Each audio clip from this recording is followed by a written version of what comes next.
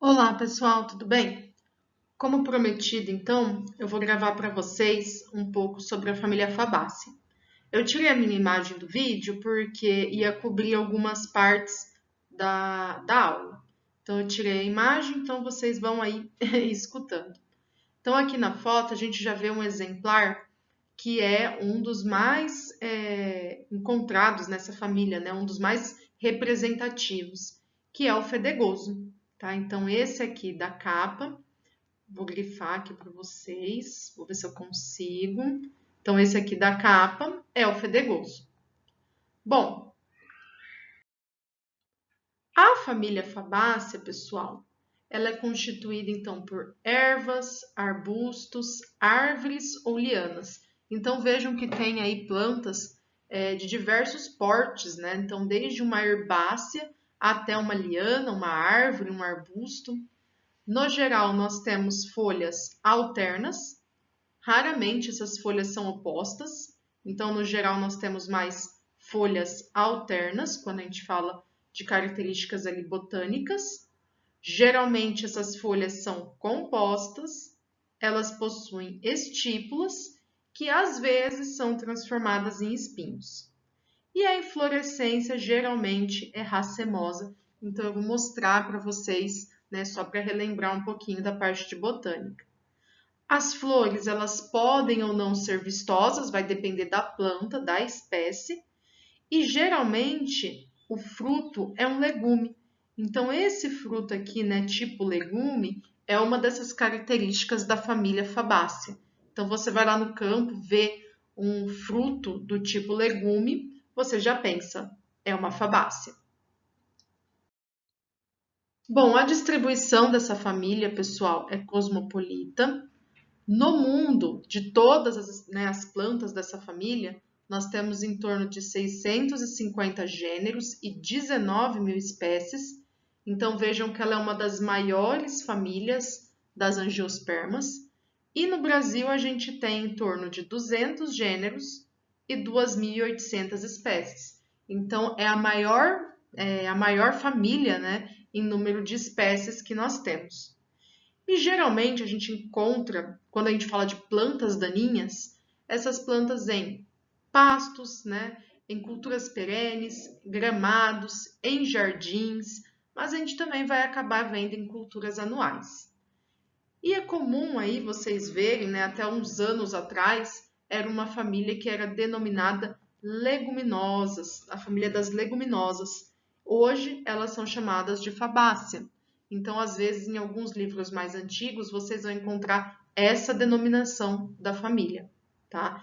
Mas então a família fabácea, eu acho que vocês já devem ter visto em botânica, ela é subdividida em várias subfamílias, né? Em três ali subfamílias. Bom, ela encontra-se então no país todo, no Brasil inteiro, a gente vai ter representantes dessa família e nós vamos ter tanto gêneros nativos quanto gêneros introduzidos no Brasil. Temos tanto plantas anuais quanto perenes e como a gente viu, desde ali do porte herbáceo, lianescente, subarbustivo, arbustivo e arbóreo. Então, uma família bem diversa, né? Bom, muitas dessas espécies, pessoal, vocês vão lembrar aí quando vocês verem culturas.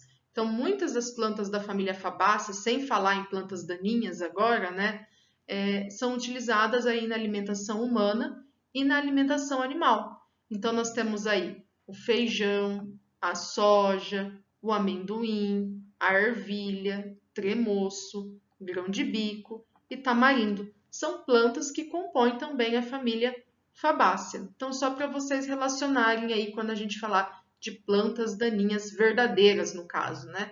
Que a gente já falou que algumas plantas, quando estão no meio de outras culturas, podem ser consideradas plantas daninhas. Mas nós vamos, né, o que eu quero dizer são plantas daninhas verdadeiras, que é aquelas que a gente viu lá no início do curso de plantas daninhas, falando aí sobre o que são essas plantas daninhas comuns e verdadeiras. Muitas dessas plantas, pessoal, são utilizadas como adubos verdes porque elas fazem associação com bactérias do gênero Rhizobium, que são fixadoras de nitrogênio, tá? Então a gente vê pequenos nódulos nas raízes e são espécies utilizadas como adubo verde. Então nós temos aí o feijão guandu, por exemplo, labi-labi, crotalária, tá? Alfafa, que também é utilizada como forrageira. Então nós temos aí representantes importantes na hora de fazer a adubação verde. Muitas dessas plantas também são ornamentais, então quando vocês andarem aí, quando vocês, né, andarem nas ruas da cidade, vocês vão ver que muitas das espécies dessa família Fabaceae, elas são utilizadas na arborização urbana, tá? Então eu coloquei aqui, ó, vários exemplos para vocês dessas espécies, né, dessas plantas que são utilizadas aí na arborização urbana. E muitas espécies também são utilizadas para madeira, tá? Então coloquei aqui vários exemplos para vocês. E também pertence à família Fabaceae o pau-brasil, né? Planta nativa da América Atlântica, da Mata Atlântica da Mata Atlântica, que dá origem então ao o nome do nosso país. Então o pau-brasil está aqui na família Fabaceae. Mas vamos falar de plantas daninhas, né? Agora.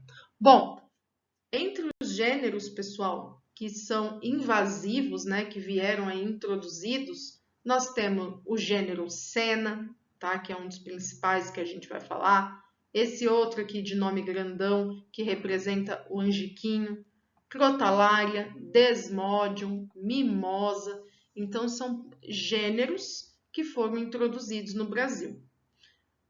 Características aí que vocês vão chegar no campo e vão olhar e vão falar, poxa, né, é uma planta da Fabaceae. Então, além aqui do fruto tipo legume, né, que é uma grande ali, já é um indicativo que é dessa família, nós temos aí folhas compostas, que nem eu falei para vocês, e elas podem ser bi ou trifoliadas. Então, essa é uma característica que é legal e mais fácil de lembrar. Então, são folhas, né, compostas e a gente vai ver que elas podem ser pennadas ou recompostas. Então, nós vamos ver um exemplozinho disso para ficar mais claro.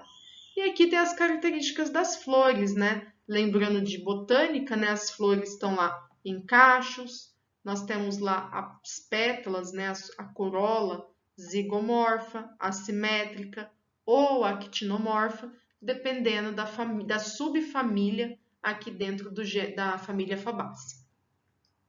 Bom, aqui então o fruto tipo legume, tá? Que é então uma característica das plantas dessa família.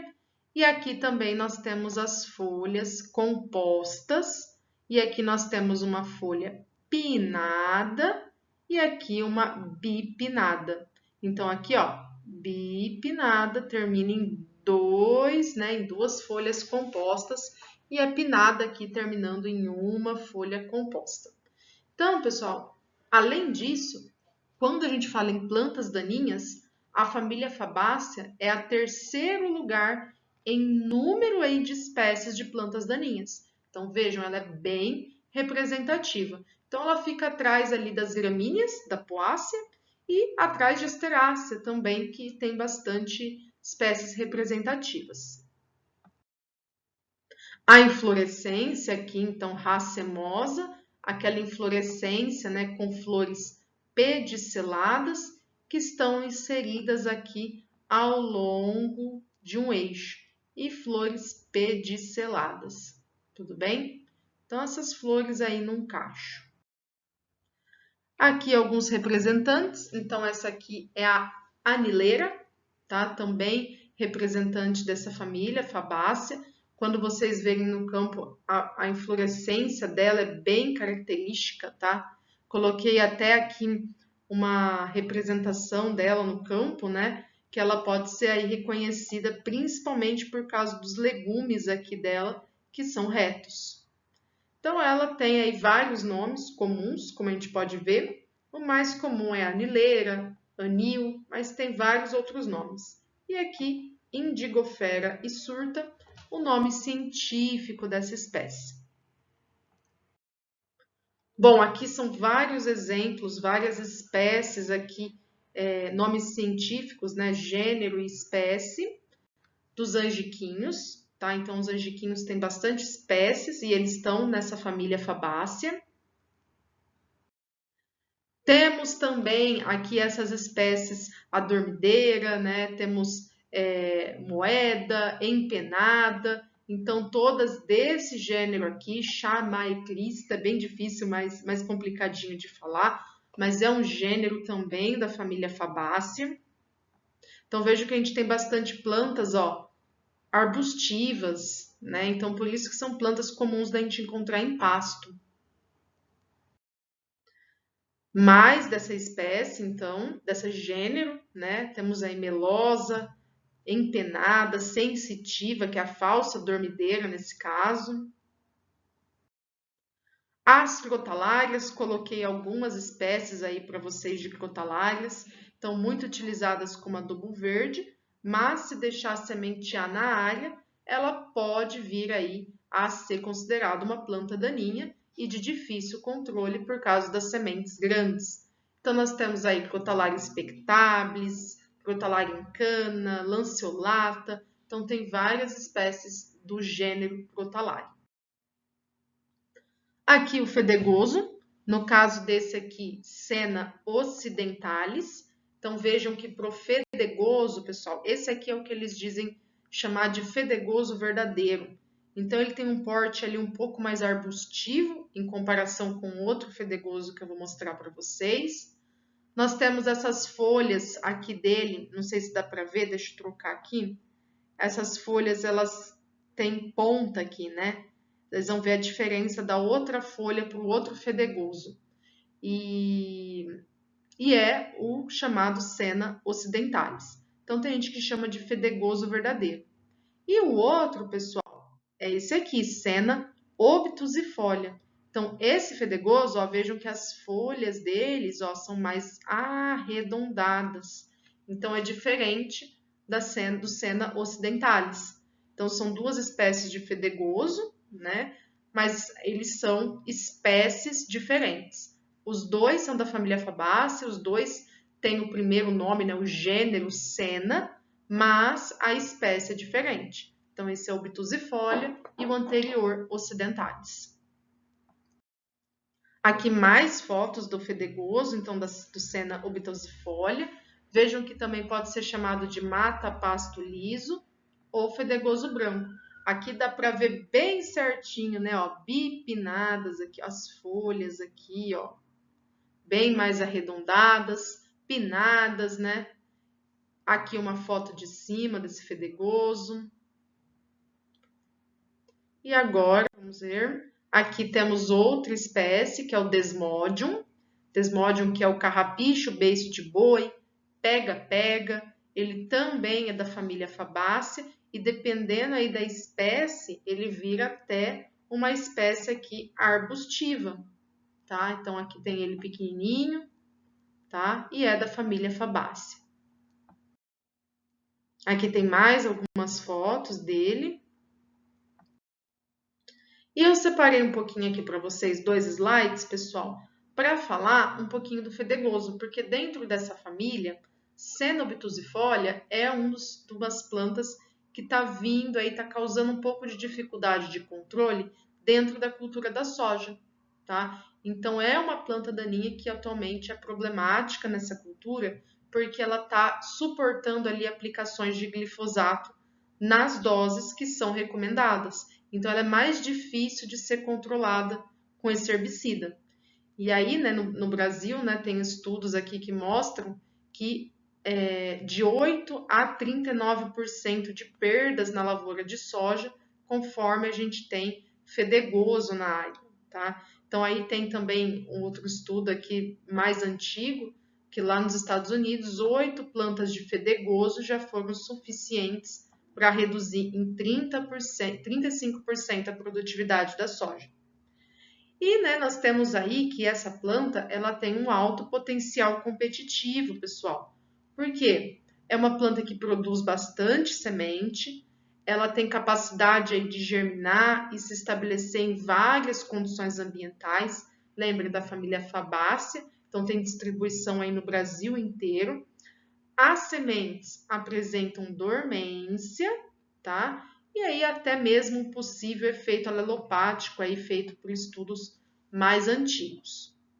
Bom, então pensando nisso, pessoal, peguei o trabalho lá do Lucas Araújo, que a gente ajudou a fazer lá durante o nosso doutorado, e ele estudou essas doses de glifosato.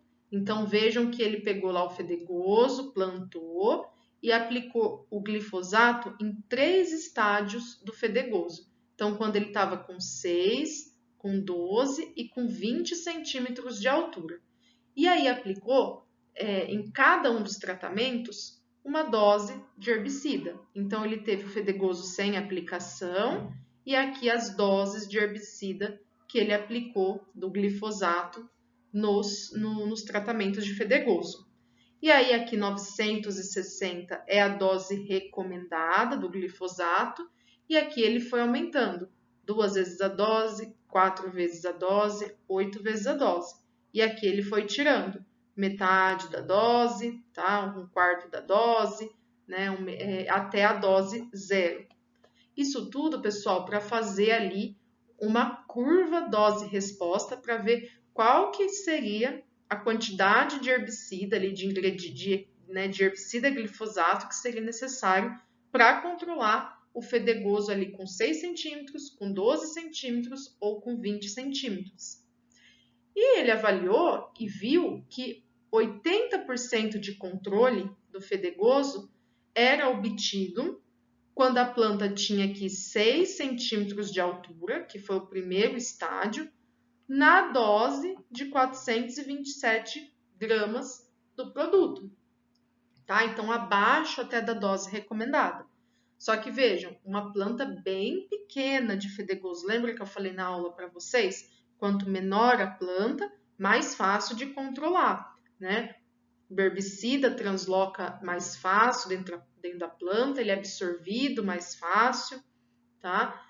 Depois, no estádio aqui 2 e 3, ele viu que para que ele conseguisse controlar 80% dessas plantas, a dose, eram muito mais altas, então muito mais acima da dose recomendada. E com isso ele concluiu que o fedegoso é tolerante ao glifosato, tolerante, tá, pessoal? Não resistente. Tolerante a partir de 12 centímetros de altura.